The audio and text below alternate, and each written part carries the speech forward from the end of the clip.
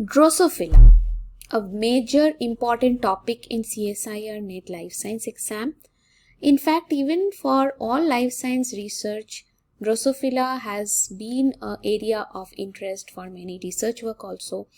That is why questions are also present in this exam. From Unit 5, we are discussing today important previous year question with solutions, and today's questions will be focused on the Drosophila development. Let's dig in. The first question is from CSIR NET exam November 2020.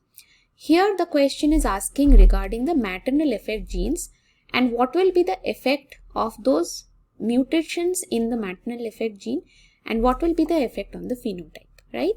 As we know, maternal effect genes are extremely important in establishing the anterior-posterior polarity of the Drosophila embryo.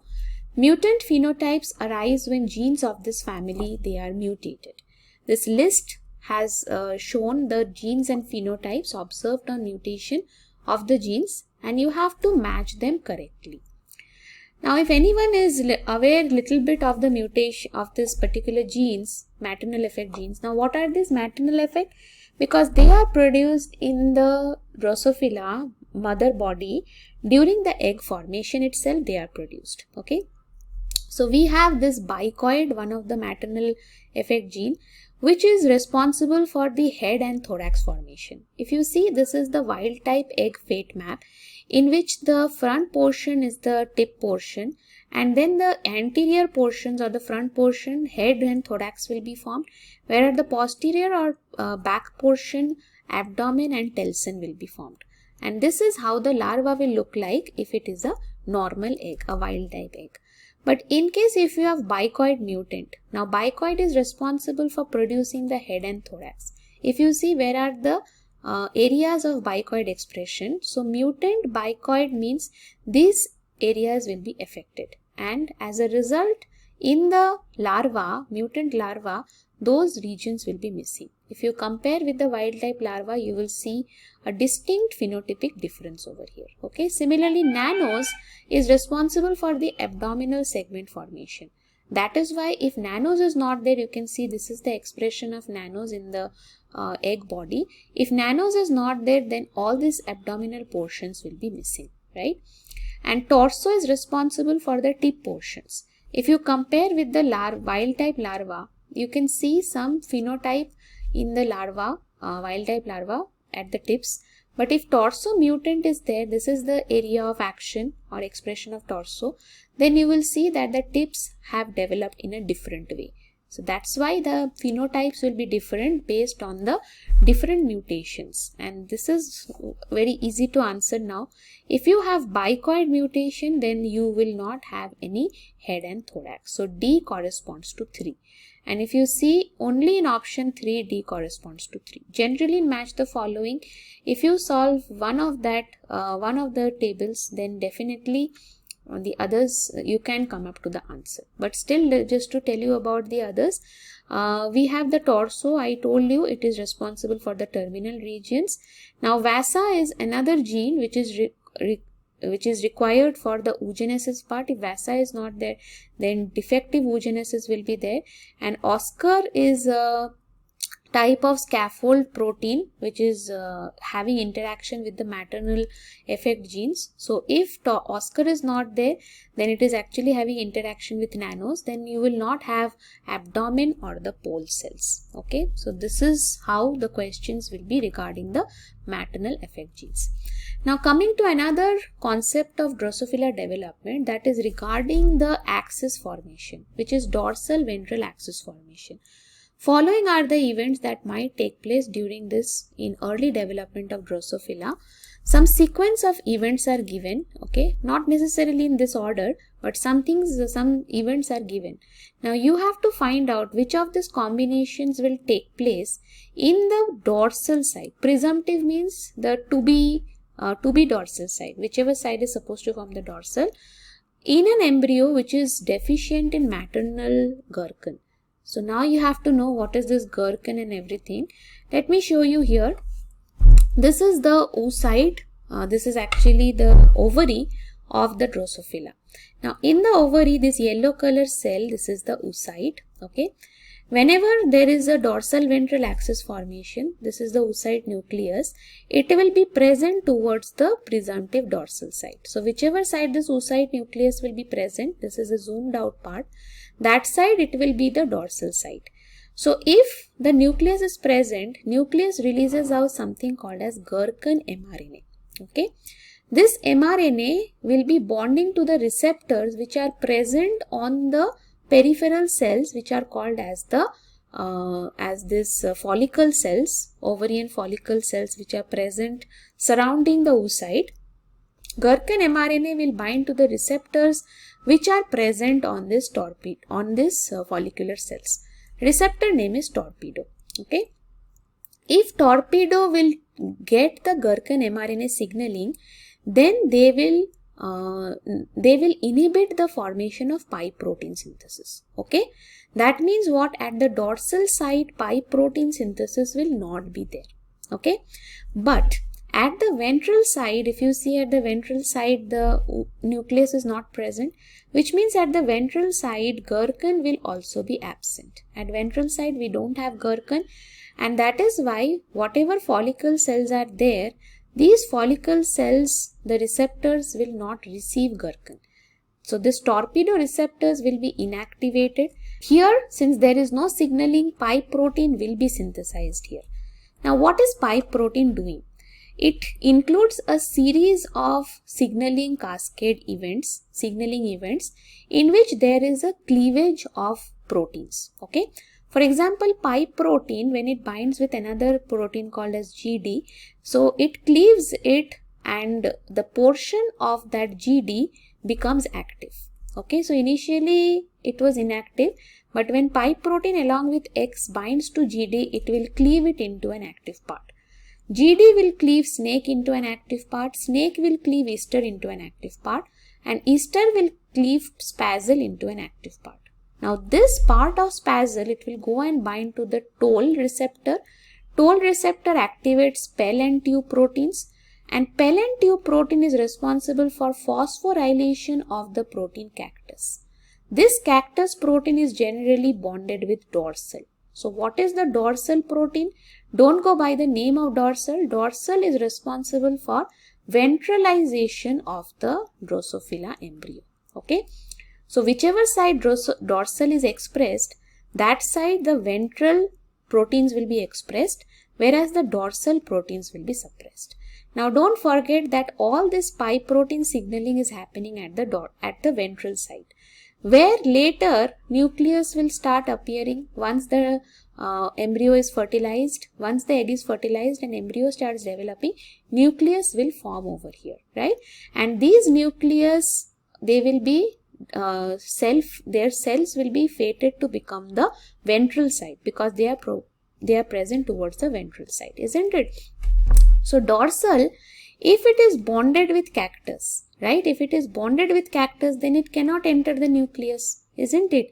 But at the ventral side, the cactus will be phosphorylated by all this signaling through pipe protein, and cactus will be degraded. If cactus is degraded, dorsal will be free at the ventral side. And if dorsal is free, then it can easily enter the nucleus. And if it enters the nucleus, then at the ventral side, dorsal will be giving the ventral sulfate. Got it?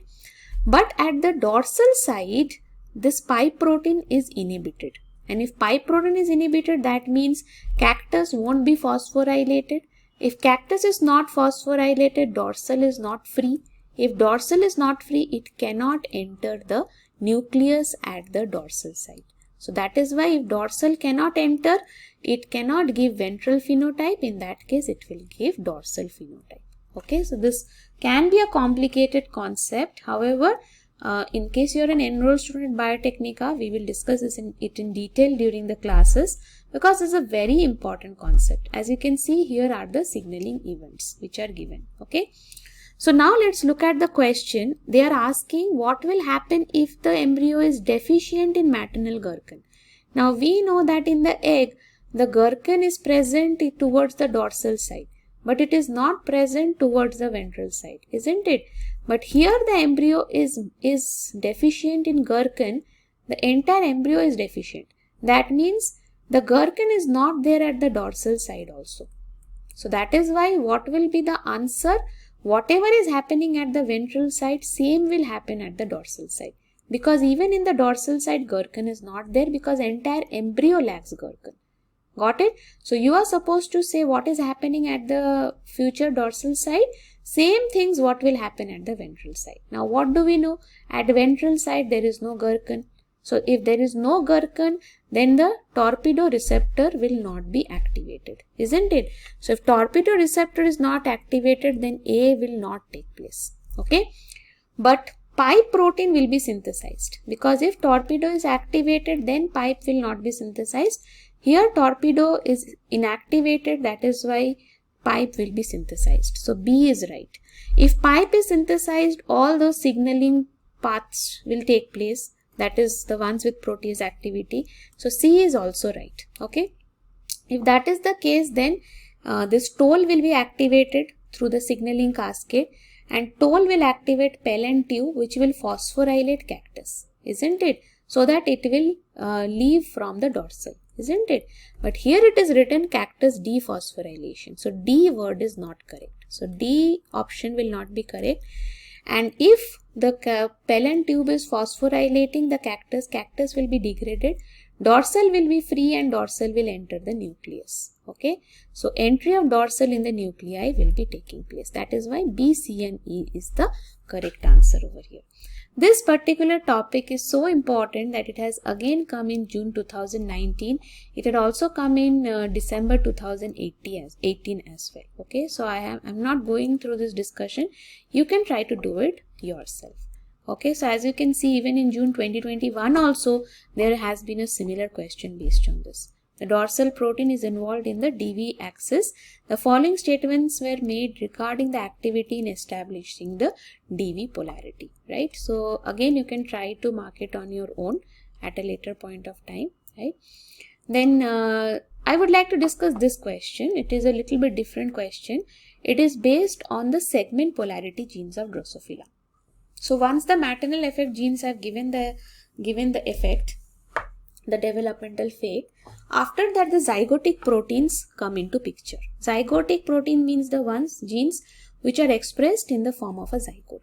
So the anterior posterior compartment of each segment of Drosophila is defined by wingless and engrailed genes.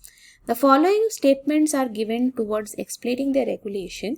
Wingless is a secretory factor. Okay. So yes, if you know something regarding the topic, that is regarding the segment polarity, what we have over here is this is the Drosophila body, and in the Drosophila body it is divided into segments. You can see these are all segments of the body, and in between two segments is a parasegment. Okay, so basically parasegment covers the posterior part of the previous segment and the anterior part of the next segment. Okay. And there are certain particular type of pair rule genes which are expressed in these segments and parasegments. So one such segment is zoomed over here, as you can see. The posterior part of the segment, what cells are present, they are zoomed over here. So these are the posterior part of the segments which express this particular molecule called as engrailed. Okay, so these are engrailed expression will be present over here, because of which they will release hedgehog signaling. Hedgehog signaling, it will be binding, signal will bind to the receptor, which is a patched receptor present on the cells near them. So as you can see, the hedgehog signal which is released from here, it is binding to the receptors present on the cells just next to them. Okay, so obviously the one which is just next to it, that cell will be getting the maximum hedgehog signaling. So receptor for hedgehog signaling is patched, which after taking the receptor, it will activate one of its protein called cubitus interruptus or CI protein, Sigley protein, which enters into the nucleus as a transcription factor and will activate the transcription of wingless. Then wingless is again released from here, that is why it is a secretory protein, and it will further go and bind to the receptor near it, again back to this cell. So this is a reciprocal signaling, and it will go and bind to its receptor called as frizzled. Wingless binds to frizzled. Frizzled will activate DSH, DSH will inhibit the GSK signal, and because of that beta-catenin will be free. Armadillo is the same protein as beta-catenin is in amphibians. Okay, so beta-catenin enters the nucleus, and that's what activates the engrailed and hedgehog signaling. So now if you see, yes, wingless is a secretory factor.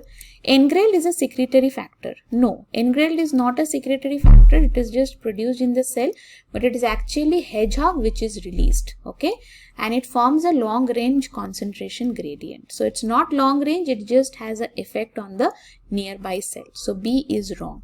Engrailed regulates wingless. Yes, it's a reciprocal regulation. So it regulates through hedgehog. So engrailed doesn't get released, but it releases hedgehog which regulates the wingless, and it forms a short range concentration gradient. So this is correct. As you can see, these two statements are opposite to each other. So B is wrong, C is correct. Beta-catenin homolog is the signaling molecule upstream of engrailed which gets cleaved by GSK3. We all know that beta-catenin, it is cleaved by a complex, GSK complex, which is formed in beta-catenin signaling. And in beta-catenin signaling, this GSK is blocked by the activated DSH. Because of this, beta-catenin can get free. So anyways, this is talking about in absence of signaling. So beta-catenin is just upstream of engrailed which gets cleaved by GSK3 homolog, which is correct. Okay, so D is also correct. Cubitus interruptus is an intracellular signaling molecule in the engrailed expressing cells. So while it is an intracellular signaling molecule, it acts as a transcription factor once it gets cleaved, but it is not in the engrailed expressing cell. Just now as we saw, it is in the wingless expressing cell. So as you can see that cubitus interruptus is present in the cell which is expressing wingless. That is why even E is not correct. Okay, and by that I hope you got an idea how important this topic is, and also that it is not as simple as it looks. There are many more details which are associated with this particular topic. Do stay tuned to Biotecnika channel for more such important topic and their question discussion. Thank you everyone.